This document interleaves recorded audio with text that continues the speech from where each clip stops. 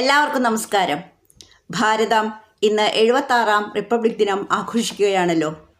ഈ അവസരത്തിൽ ഈ ദിവസത്തിൻ്റെ പ്രാധാന്യം എന്താണെന്ന് നമുക്ക് നോക്കാം. വർഷങ്ങൾക്ക് മുമ്പ് ബ്രിട്ടീഷുകാരൻ്റെ അടിമച്ചങ്ങല നാം ഊരിയെറിഞ്ഞെങ്കിലും ഒരു പൂർണ്ണ സ്വരാജ് എന്ന മഹനീയ സ്വപ്നം സാക്ഷാത്കരിക്കപ്പെട്ടത് ജനുവരി 26-നായിരുന്നു. അതെ, അന്നാണ് ഭാരതത്തിന് എഴുതപ്പെട്ട ഒരു ഭരണഘടന നിലവിൽ വന്നത്. 1947 ആഗസ്റ്റ് 15-ന് നാം സ്വതന്ത്രരായെങ്കിലും വ്യക്തമായ ഒരു ഭരണഘടനാക്രമം ഇല്ലാതിരുന്ന ഭാരതത്തിന് ബ്രിട്ടീഷുകാരുടെ ഗവൺമെൻറ് ഓഫ് ഇന്ത്യ ആക്ടിനെ തന്നെ ആശ്രയിക്കേണ്ടി വന്നു.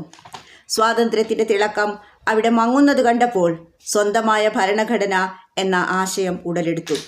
അങ്ങനെ ഡോക്ടർ അംബേദ്കറുടെ നേതൃത്വത്തിൽ തീവ്ര ശ്രമം ആരംഭിക്കുകയും 1950 ജനുവരി 26-ന് പുതിയ ഭരണഘടന എന്ന സ്വപ്നം സാക്ഷാത്കരിക്കുകയും ചെയ്തു.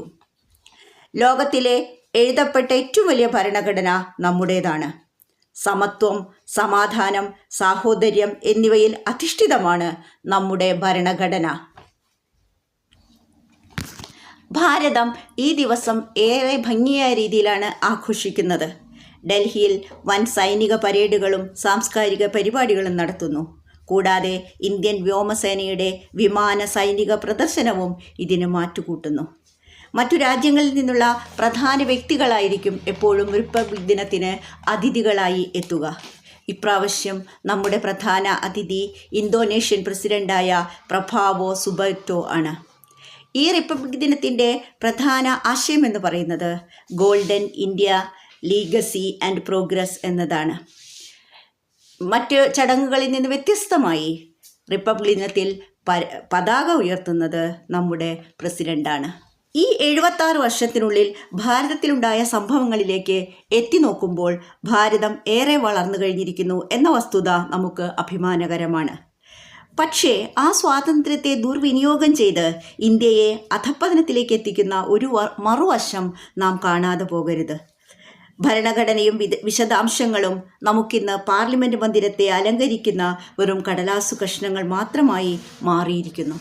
പഞ്ചശീല തത്വങ്ങളും നാനാത്വത്തിൽ ഏകത്വം എന്ന മഹനീയാശയവും എല്ലാം കേട്ടുമറന്ന പഴങ്കഥ പോലെയായിരിക്കുന്നു. ഇതിന് ഒരറുതി വരുത്തേണ്ട കാലം അതിക്രമിച്ചിരിക്കുന്നു. സ്വാതന്ത്ര്യ സമരക്കാലത്ത് സൂര്യപ്രകാശം പോലെ തിളക്കമാർന്ന ഐക്യം നമുക്കുണ്ടായിരുന്നു. പക്ഷേ ഇന്ന് ഇന്ത്യയെ ചോരക്കളമാക്കുന്ന മതമൗലികവാദം നമ്മെ എവിടെ കൊണ്ടെന്ന് എത്തിക്കുമെന്ന് നമുക്ക് പോലും പറയാൻ പറ്റാത്ത അവസ്ഥയിലായിരിക്കുന്നു.